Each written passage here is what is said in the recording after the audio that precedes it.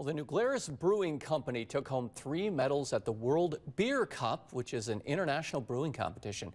Brewmaster Dan Carey won gold and silver in the Belgian fruit beer category with their Creek Sour Brown Ale.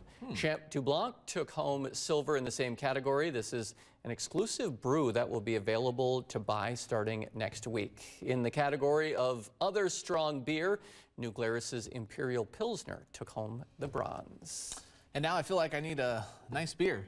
I think for the weekend, hopefully. Yes. Crack them open and enjoy the weekend.